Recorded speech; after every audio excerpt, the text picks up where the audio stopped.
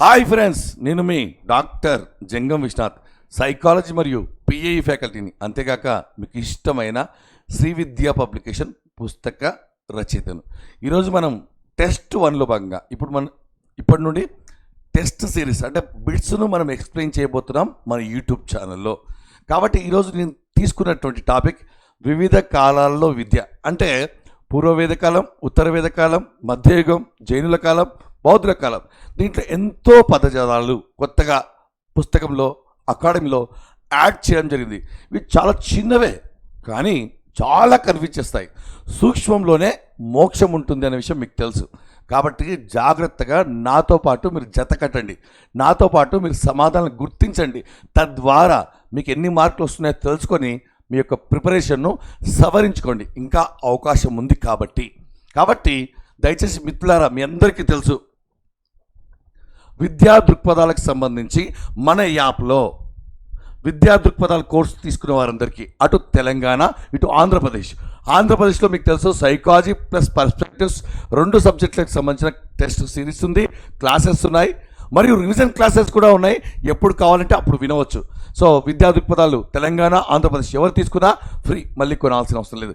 మరి ఇంకా ఎవరైనా క్లాసెస్ వినాలనుకుంటే కేవలం 2 రోజులు, మీకు తెలుసు రేపు ఎల్లుండి మధ్యాహ్నం 2 గంటల నుంచి 9, 9:30, 10 గంటల వరకు సంపూర్తిగా విద్యా దృక్పథాల పైన మీకు పూర్తి అవగాహన కల్పించబడును.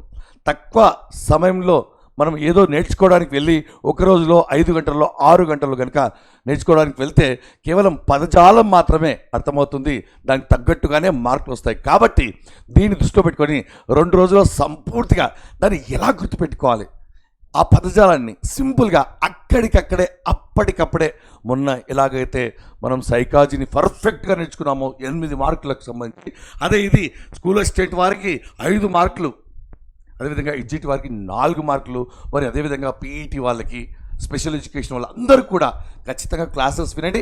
మళ్ళీ రికార్డింగ్ తర్వాత మీకు ఖచ్చితంగా ఏముంటుందంటే అక్కడ క్లాస్ అయిపోయిన తర్వాత రికార్డింగ్ కూడా ఉంటుంది. మరి అంతేకాకుండా ఈ క్లాస్ తీసుకున్న వారికి కరెంట్ అఫైర్స్ అన్నీ కూడా పీడిఎఫ్ పెట్టడం జరిగింది. అంతేకాకుండా 3000 పిఐఈ ప్రాక్టీస్ గుడ్ బిట్స్ కూడా పెట్టడం జరిగింది. కాబట్టి దయచేసి మిత్రులారా, ఈ అవకాశాన్ని వినియోగించుకోండి. సైకాలజీ లాగా భయం పోతుంది. చాలా ఈజీ సబ్జెక్టు, సింపుల్గా తక్కువ సమయంలో సంపూర్ణంగా పర్ఫెక్ట్గా మనం నేర్చుకోబోతున్నాం. డిఎస్సిలో దెబ్బ కొట్టేది ఇదే. మీకు ఎన్నోసార్లు చెప్పాను, సైకాలజీ పిఐఈ నాకు వదిలేయండి అని 100 సార్లు చెప్పాము. కాబట్టి మీరందరూ కూడా ఉపయోగించుకోండి. మరి అంతేకాకుండా మీరు మన యాప్ను డౌన్లోడ్ చేసుకోండి ప్లే స్టోర్ నుండి. ఏ అనుమానం ఉన్నా సరే చాట్ బాక్స్లో ఖచ్చితంగా మెసేజ్ పెట్టండి, దయచేసి ఫోన్లు చేయకండి. మరియు మన యూట్యూబ్ ఛానల్ని సబ్స్క్రైబ్ చేసుకోండి. ఎందుకంటే ఈ యొక్క టెస్ట్ సిరీస్ని సింపుల్గా ఎక్స్ప్లెయిన్ చేయడంతో పాటు ఎలా గుర్తుపెట్టుకోవాలి కూడా చెప్పడం జరుగుతుంది. ప్లస్ మన ప్రిపరేషన్ సవరించుకునే అవకాశం కూడా కలుగుతుంది. మరి మొదటి ప్రశ్న చాలా సీరియస్గా, జాగ్రత్తగా నాతో పాటు మీరు వింటున్నారు, సమాధానాలు గుర్తిస్తున్నారు. చూడండి, అపౌరుషేయాలు అనగా వేదకాలంలో ఈ పదాన్ని మీరు విన్నారు.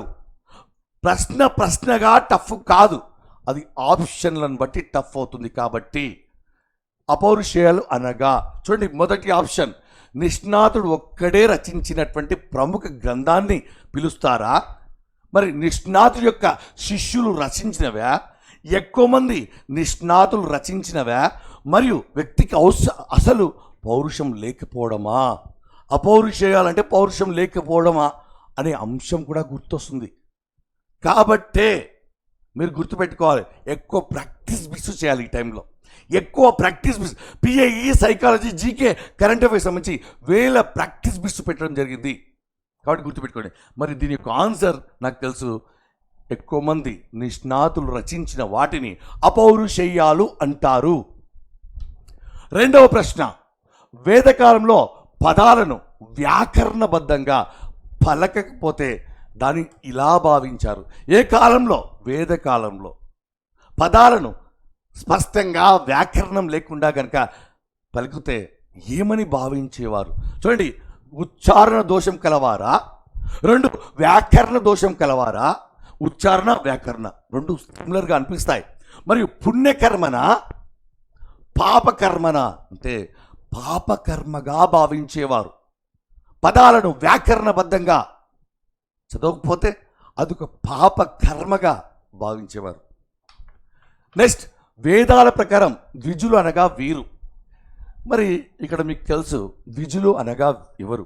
ఇక్కడ మనకు తెలుసు 4 అంశాలు ఉన్నాయి. వేదకాలంలో 4 కులాలు ఉన్నాయి. ఒకటి క్షత్రియుల, బ్రాహ్మణుల, వైశ్యుల, శూద్రుల. అందరికీ తెలిసిన ఆన్సర్ బ్రాహ్మణులు. కానీ నా ప్రశ్న, ద్విజులు అంటే ఏమిటి? ద్విజన్మ అంటే 2వ జన్మ కలవారు. మరి ద్విజులు అంటే ఏమిటి? ద్విజులు అంటే మొదటి జన్మ ప్రకారం శరీర ఆకృతిని పొందేవారినే ద్విజులు అంటారు. ఇవన్నీ నేను అకాడమీ పుస్తకాల్లో ఉన్నవే చెప్తున్నాను. ఆన్సర్ బ్రాహ్మణులు అయినప్పటికీ ద్విజులు అంటే ఏమిటో మనం చర్చించడం. వేదకాలంలో స్త్రీలు వేదాలు అధ్యయనం చేస్తేనే కానీ వివాహ అర్హత ఉండేది కాదు అని చెప్పినటువంటి వేదమేది? వేదమేది? చూడండి, ఋగ్వేదమా, సామవేదమా, యజుర్వేదమా, అథర్వణ వేదమా? అంటే వివాహం చేసుకోవాలంటే ఖచ్చితంగా వేదాలు చదవాలి అని చెప్పినటువంటి అంశం ఏది అంటే మీకు తెలుసు, అథర్వణ వేదం. నెక్స్ట్, అహింసలు ధర్మసమ్మతమైతే మరి జంతు బలులు ఎందుకు చేస్తారు అని చెప్పినటువంటి వ్యక్తి ఎవరు? ఒకటి యజ్ఞవల్కుడు, గౌతమ బుద్ధుడు, వర్తమాన మహావీరుడు, శంకరాచార్యులు. మరి ఇది ఏ కాలానికి సంబంధించిన స్టేట్మెంట్ అంటే బుద్ధుని కాలానికి సంబంధించినటువంటి స్టేట్మెంట్ కాబట్టే ఆన్సర్ మనకు గౌతమ బుద్ధుడు అని గుర్తుపెట్టుకోవాలి ఆన్సర్. నెక్స్ట్ ప్రశ్న, జైనుల కాలంలో ప్రముఖ విద్యా లక్ష్యం కానిది. మరి ప్రముఖ విద్యా లక్ష్యం కానిది అన్నప్పుడు మీకు ఉన్న విద్యా లక్ష్యాలన్నీ కూడా 100% తెలిసి ఉండాలి. చూడండి, నిశ్చల, సంవర, నిర్జర, లోక కళ్యాణం, పరలోక ప్రాప్తి లాంటి పదాల యొక్క ఐడియా మీకు ఉంటే కనుక మీరు సమాధానం గుర్తించగలరు, లేదంటే గుర్తించలేరు. మరి లేనిదేది అన్నప్పుడు మీకు తెలుసు, నిర్జల, నిర్జర, నిశ్చల. ఎగ్జామ్లో మనం నిశ్చలంగా ఉండాలి, స్థిరంగా ఉన్నప్పుడు మాత్రమే ఆన్సర్లు వస్తాయి. నెక్స్ట్, జైన విద్యా విధానంలో ఏ విధానంలో మాట్లాడుతున్నాం కూడా మీకు తెలిసి ఉండాలి. విద్యా విధానంలో ఉపాధ్యాయుడు కావాలంటే ఖచ్చితంగా 10 సంవత్సరాలు ఈ జీవితం గడిపి ఉండాలి. సేవకుడిగా జీవితం గడిపి ఉండాలా? రాజుగా జీవితం గడిపి ఉండాలా? సేనానిగా జీవితం గడిపి ఉండాలా? కాదు. చూడండి, పరివ్రాజక జీవితం కలిగి ఉండాలి. పరివ్రాజక జీవితం అంటే బ్రహ్మచారిగా ఉంటూ మోక్షాన్ని పొంది మంచిగా ఆలోచిస్తూ క్షమ, దాతృత్వం వంటి వాటిపై పూర్తి పట్టు ఉండి నిత్య జీవితంలో ఉపయోగపడుతూ ఉండాలి అందరికీ. ఇంత స్టేట్మెంట్ గుర్తుపెట్టుకోవాలి. దొంగతనం చేయకుండా ఉండటంను జైన కాలంలో ఏమని పిలుస్తారు? మరి దొంగతనం చేయకుండా ఉంటే దానికి ఒక పదజాలం ఇచ్చాడు. చూడండి, అహింస, అస్థేయము, అనివార్యము, ఆపతి లేదా అపరిగ్రహ అంటాడు. మరి ఇక్కడ దొంగతనం చేయకుండా ఉంటే సింపుల్గా గుర్తుపెట్టుకోండి, అస్థేయము ఆన్సర్. ఆస్తులను దొంగతనం చేయరాదు అనే విషయాన్ని గుర్తుపెట్టుకోండి సింపుల్గా. నెక్స్ట్ ప్రశ్న, బౌద్ధ కాలంలో విద్యార్థులు విహారాలలో వీటికి దూరంగా ఉండాల్సిన పని లేదు. 4 ఆప్షన్లలో 3టికి దూరంగా ఉండాలి, ఒక్కదానికి తప్ప. చూడండి, బౌద్ధ కాలంలో బంగారం, వెండి వస్తువులకు ఖచ్చితంగా వాళ్ళు దూరం ఉండాల్సిందే. సుఖవస్తువులకు దూరంగా ఉండాల్సిందే. మరియు సంగీతం, నృత్యం లాంటి వాటికి దూరంగా ఉండాల్సిందే. కానీ వారు చిత్రలేఖనంలో, శిల్పకళ లాంటి విద్యలను నేర్చుకోవచ్చు. ఇది ఏ కాలానికి సంబంధించింది అంటే బౌద్ధ కాలానికి సంబంధించింది. నెక్స్ట్, మధ్యయుగ కాలంలో ఉన్నత ఉద్యోగులుగా నియమించబడాలంటే నిత్య జీవితానికి పనికి వచ్చే అబుల్ ఫజిల్ ఆశించిన విద్యా అంశాలతో పాటుగా వీటిని కూడా ఖచ్చితంగా చదవాలి. అబుల్ ఫజల్ ఆశించిన విద్యా అంశాలతో పాటుగా వీటిని కూడా ఖచ్చితంగా చదవాలి అనే రూల్ ఉండేది ఆ కాలంలో. చూడండి, తిబ్బురుతి అల్లా, తిబ్బురుతి ఇలాహీ, తిబ్బురుతి అక్బర్, తిబ్బురుతి ఫజల్. తెలిసిన వాటిలో కూడా ఇలా కన్ఫ్యూజ్ అవుతాం. తిబ్బురుతి వరకు తెలుసు మీకు, తర్వాత తర్వాత తర్వాత సగం సగం తెలియదు. సగం సగం చదివితే ఎలా ఉంటుందో ఆ ప్రశ్నకు ఉదాహరణ తిబ్బురుతి ఇలాహీ. ఇలాహీ అంటే మీకు తెలుసు, ఇది పూర్తిగా వారి యొక్క విద్యా విధానానికి ఖురాన్కు సంబంధించినటువంటి అంశాలు ఇక్కడ నేర్పించబడతాయి. ముస్లిం విద్యా విధానంలో తఫ్సీ అంటే ఏమిటి, ఏ విద్యకు సంబంధించింది? చూడండి, వైద్య విద్యనా, విజ్ఞాన శాస్త్రమా, ఆధ్యాత్మిక విద్యనా, సాంకేతిక విద్యనా? మీకు తెలుసు వైద్య విద్య, విజ్ఞాన శాస్త్రాన్ని రియాజీ అంటారు. మరి ఆధ్యాత్మిక విద్యను ఇలాహీ అంటారు. సాంకేతిక విద్యకి ఏ పేరు లేదు. మరి వైద్య విద్యను తప్సీ అంటారు. మీరు హిందీలో తెలుసు, తబియత్ ఠీక్ నయ్యే అంటారు. తబియత్ అంటే ఆరోగ్యం, ఆరోగ్యం అంటే వైద్యము. కాబట్టి ఆన్సర్ వైద్య విద్య. నెక్స్ట్, ఇస్లాం కాలంలో ఎన్నో విద్యా కేంద్రాలు ఉన్నప్పటికీ విద్య సార్వత్రీకరణ జరగలేదని చెప్పినటువంటి వ్యక్తి ఎవరు? దీంట్లో నిర్వచనాలు చాలా తక్కువగా ఉంటాయి. ఒకటి ఎస్ఎన్ ముఖర్జీ, పిఎల్ రావత్ నిర్వచనాలు ఉంటాయి. మరి ఇక్కడ ఎన్నో విద్యా కేంద్రాలు, వేల కొద్ది విద్యా కేంద్రాలు ఉన్నప్పటికీ కూడా విద్య సార్వత్రీకరణం జరగలేదు అంటే దానికి అర్థం తక్కువ మందికి విద్య అందింది, అందరికీ అందలేదు అని చెప్పిన వ్యక్తి ఎవరు అంటే చూడండి ఒకసారి, గుల్సావన్ బేగం గారు చెప్పారా, తాన్సేన్ చెప్పారా, అబ్దుల్ ఫజిల్ చెప్పాడా, మరి పిఎల్ రావత్ చెప్పాడంటే జరగలేదు, రాదు అన్నప్పుడు మీరు గుర్తుపెట్టుకోవాలి. ఎల్ అంటే లేదు, ఆర్ అంటే రాదు. పిఎల్ రావత్ గారు ఈ విషయాన్ని చెప్పడం జరిగింది. భారతదేశంలో మాధ్యమిక కాలంలోని విద్యను చరిత్రకారులు ఈ విధంగా అభివర్ణించారు. అంటే ముస్లిం కాలంలో, ఇస్లాం కాలంలో విద్యను ఈ విధంగా అభివర్ణించారు.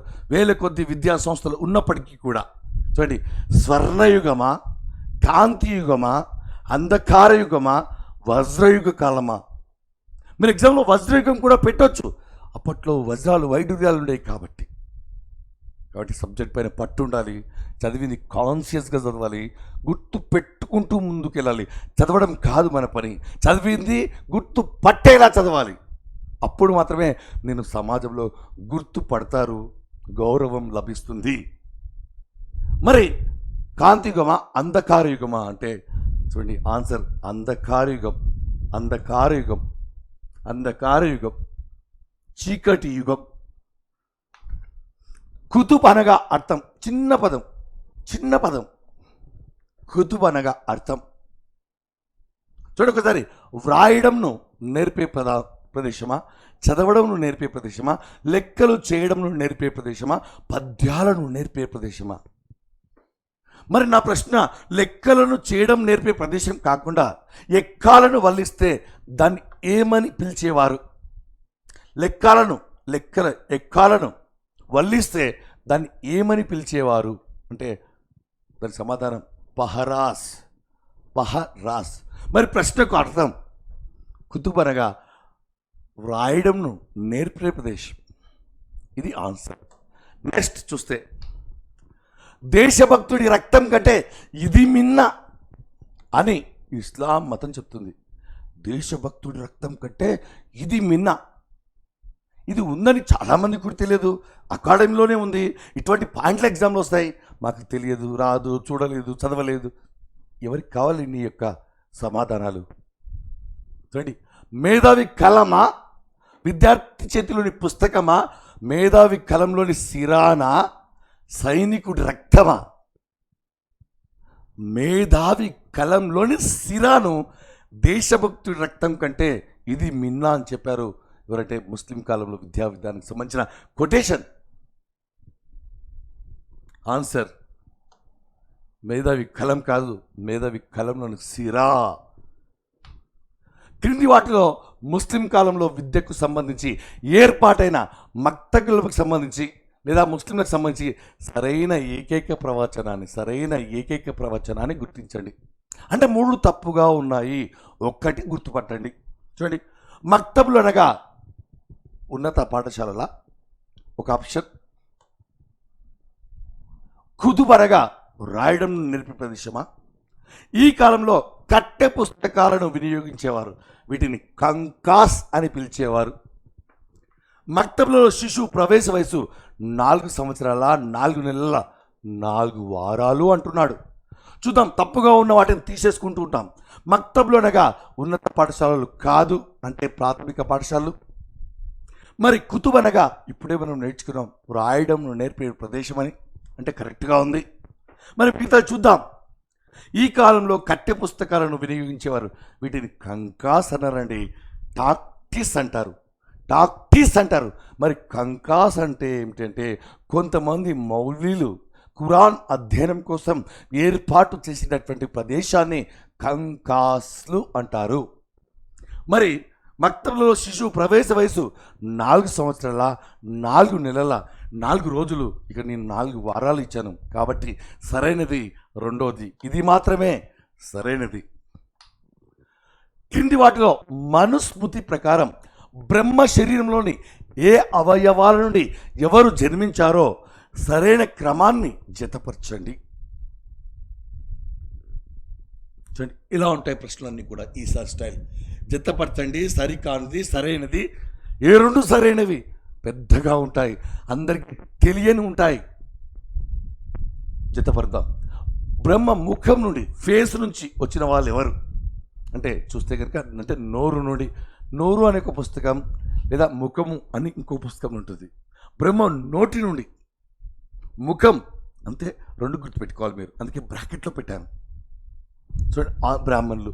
బాహు భుజాల నుండి వచ్చిన వారు శూద్రుల, వైద్యుల, క్షత్రియుల. భుజాలు, బాహు అంటే భుజాలు, మారు పేరు నేర్చుకోవాలి. భుజాల నుంచి వచ్చిన వారు క్షత్రియులు. తొడలు, ఊరువులు అంటారు దాన్ని, వచ్చేవారు ఊరువులు అంటే మీరు గుర్తుపెట్టుకోవాలి, వైశ్యులు. మరి బ్రహ్మ పాదాల నుంచి వచ్చిన వారు ఎవరంటే శూద్రులు. సార్ ఎలా గుర్తుపెట్టుకోవాలి సార్ అంటే, షూ దేనికి వేసుకుంటాం? పాదాలకు వేసుకోమా? ఒక్క లింకు తెలిస్తే చాలు మిత్రులారా. గుర్తుపెట్టుకుంటూ ముందుకు పోండి. అన్నీ మొండిగా చదవకండి, మొండిగా వినకండి. చదువుతూ పోతుంటే, వింటూ పోతుంటే కాదు, గుర్తు పెట్టుకుంటూ పోవాలి, గుర్తు పట్టుకుంటూ పోవాలి. అప్పుడు ఉద్యోగాన్ని పట్టుకుంటూ వెళ్తాం. మరి దీంట్లో సరైన చూడండి, 1 డి, 2 సి, 1 2, మరి 3 బి, మరి 4 ఏ కరెక్ట్గా ఉంది. ఇది ఆన్సర్. నెక్స్ట్, జైన విద్యా విధానంలో భాగంగా మనిషి పాటించాల్సిన పంచమహావ్రతాలకు సంబంధించి అపరిగ్రహ అంటే ఏమిటి? అపరిగ్రహ అంటే ఏమిటి? అపరిగ్రహ చూడండి, హింసాత్మక కార్యకలాపాలను విడిచిపెట్టి అన్ని జీవులను రక్షించడమా? ఇదొక ఆప్షన్. 2, ప్రాపంచిక వస్తువులపై వ్యామోహం ఉండరాదు. 3 ఆప్షన్, ఇతరులు ఇష్టపూర్వకంగా ఇవ్వనిదే ఏది తీసుకోరాదు. నెక్స్ట్, ఇంద్రియ సుఖాలకు దూరంగా ఉండాలి. మరి ప్రాపంచిక వస్తువులపై వ్యామోహం ఉండరాదు అని అపరిగ్రహ తెలియజేస్తుంది. మరొక అర్థంలో ఆస్తులను బాగా సంపాదించాలి, బాగా ఖర్చు పెట్టాలి, ప్లస్ పొదుపు చేయాలి. ఖర్చు చేయాలంటే ఎవరికి? పేదవారికి ఖర్చు పెట్టాలి, పొదుపుగా ఖర్చు పెట్టుకోవాలి, మనము పేదవారికి సహాయం చేయాలి అనే మీనింగ్ కూడా ఉంది అపరిగ్రహలో. నెక్స్ట్, వేదకాలంలో శ్రీ విద్యకు సంబంధించి సరైన వాటిని మాత్రమే గుర్తించండి. సరైన వాటిని మాత్రమే గుర్తించారు. ఏది తప్పుగా ఉందో గుర్తుపట్టుకుంటూ పోదాం. గార్గి, మైత్రేయి, లోపాముద్ర వంటి మహిళలు ఉపనిషత్తుల్లో ప్రతిభను చూపారు. కరెక్టా కాదా మిత్రులారా? కరెక్టా కాదా? కరెక్టా కాదా? కరెక్టా కాదా అంటే 100% ఇది కరెక్ట్. ఈ కాలంలో అత్యధిక విద్యను పొందిన మహిళలను బ్రహ్మవాదినిగా పిలిచేవారు. బ్రహ్మవాదిని, అత్యధిక విద్యను పొందిన మహిళను బ్రహ్మవాదిని. ఆమె ఖచ్చితంగా ఉన్నత చదువులు చదివిన వ్యక్తినే పెళ్లి చేసుకోవాలి. కాబట్టి ఇది కూడా కరెక్టే. ఈ కాలంలో బ్రహ్మచర్యాశ్రమంలో వేద అధ్యయనం పూర్తి చేస్తేనే కానీ స్త్రీ వివాహానికి అర్హురాలు కాదు అని మనం ఇంతకుముందే మాట్లాడుకున్నాం. అధర్వణ వేదం.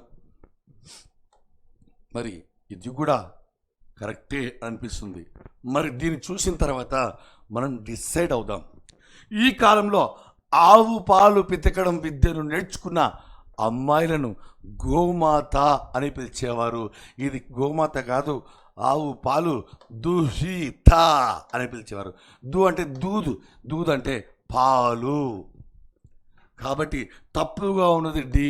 కాబట్టి ఏబిసి కరెక్ట్. కాబట్టి ఏబిసి కరెక్ట్. నెక్స్ట్ చివరిది అందరూ చేస్తారని ఆశిస్తున్నాను. చివరి ప్రశ్న, చివరి వరకు ఉన్నవాడే విజేత. మండన మిశ్రునికి మరియు శంకరాచార్యునికి మధ్య శాస్త్ర చర్చ, వాదన జరిగినప్పుడు న్యాయ నిర్ణేతగా ఎవరున్నారు? న్యాయ నిర్ణేత మండన మిశ్రుని భార్య ఉంది. ఆమె జడ్జిగా ఉంది. అప్పుడు ఆమె శంకరాచార్యుని విజేతగా ప్రకటించింది. తర్వాత వారిద్దరు కూడా ఎవరికి శిష్యులయ్యారు? శంకరాచార్యునికి శిష్యులయ్యారు. ఇక్కడ జరిగిన పద్ధతి ఏమిటి అని పుస్తకంలో ఒక ఉదాహరణ ఇచ్చాడు. ఉదాహరణలే ఉద్యోగాలు. కాబట్టి ఇక్కడ కనిపించే బోధనా పద్ధతి ఏమిటి చూడండి. వివరణ పద్ధతి, ఖండన ముండన పద్ధతి, ప్రశ్నోత్తర పద్ధతి మరియు చర్చా పద్ధతి. దీంట్లో ఈ మూడు కూడా తప్పుగా ఉన్నాయి. ఆన్సర్ చర్చా పద్ధతికి ఉదాహరణగా ఇవ్వడం జరిగింది. కాబట్టి మిత్రులారా, ఇవి చాలా సింపుల్ బిట్స్. మీకు 20కి 20 వచ్చాయనుకుంటున్నాను. లేదు, రాలేదు, నష్టం లేదు. ప్రతిదీ గుర్తు పెట్టుకుంటూ ముందుకెళ్ళండి. టైం లేదు, వేగంగా చదవండి, పర్ఫెక్ట్గా చదవండి. సగం సగం చదివితే సగం సగం మాత్రం వస్తుంది. కాబట్టి దీనిలో భాగంగా కొంతమంది విద్యార్థులకు ఇబ్బంది ఉన్నా, టైం లేకపోయినా నేను 2 రోజులు ఖచ్చితంగా పెట్టడం జరిగింది. ఒక రోజులో 5 గంటల్లో 6 గంటల్లో ఈ సబ్జెక్ట్ పూర్తి కాదు. ఈ సబ్జెక్ట్ మనం చిన్న చేయడం అవుతుంది. కాబట్టి మిత్రులారా, దయచేసి ఖచ్చితంగా మీరు క్లాసులు వినండి, లైవ్ క్లాసుకు రండి, మీ లైఫ్ని మార్చుకోండి. మన యాప్ని డౌన్లోడ్ చేసుకోండి, మన యూట్యూబ్ ఛానల్ని ఖచ్చితంగా సబ్స్క్రైబ్ చేసుకోండి. మీ యొక్క లైఫ్ మారుతుంది, మీకు ప్రేరణ కలుగుతుంది. మీకు తోడుగా మేము ఉంటాం. All the best.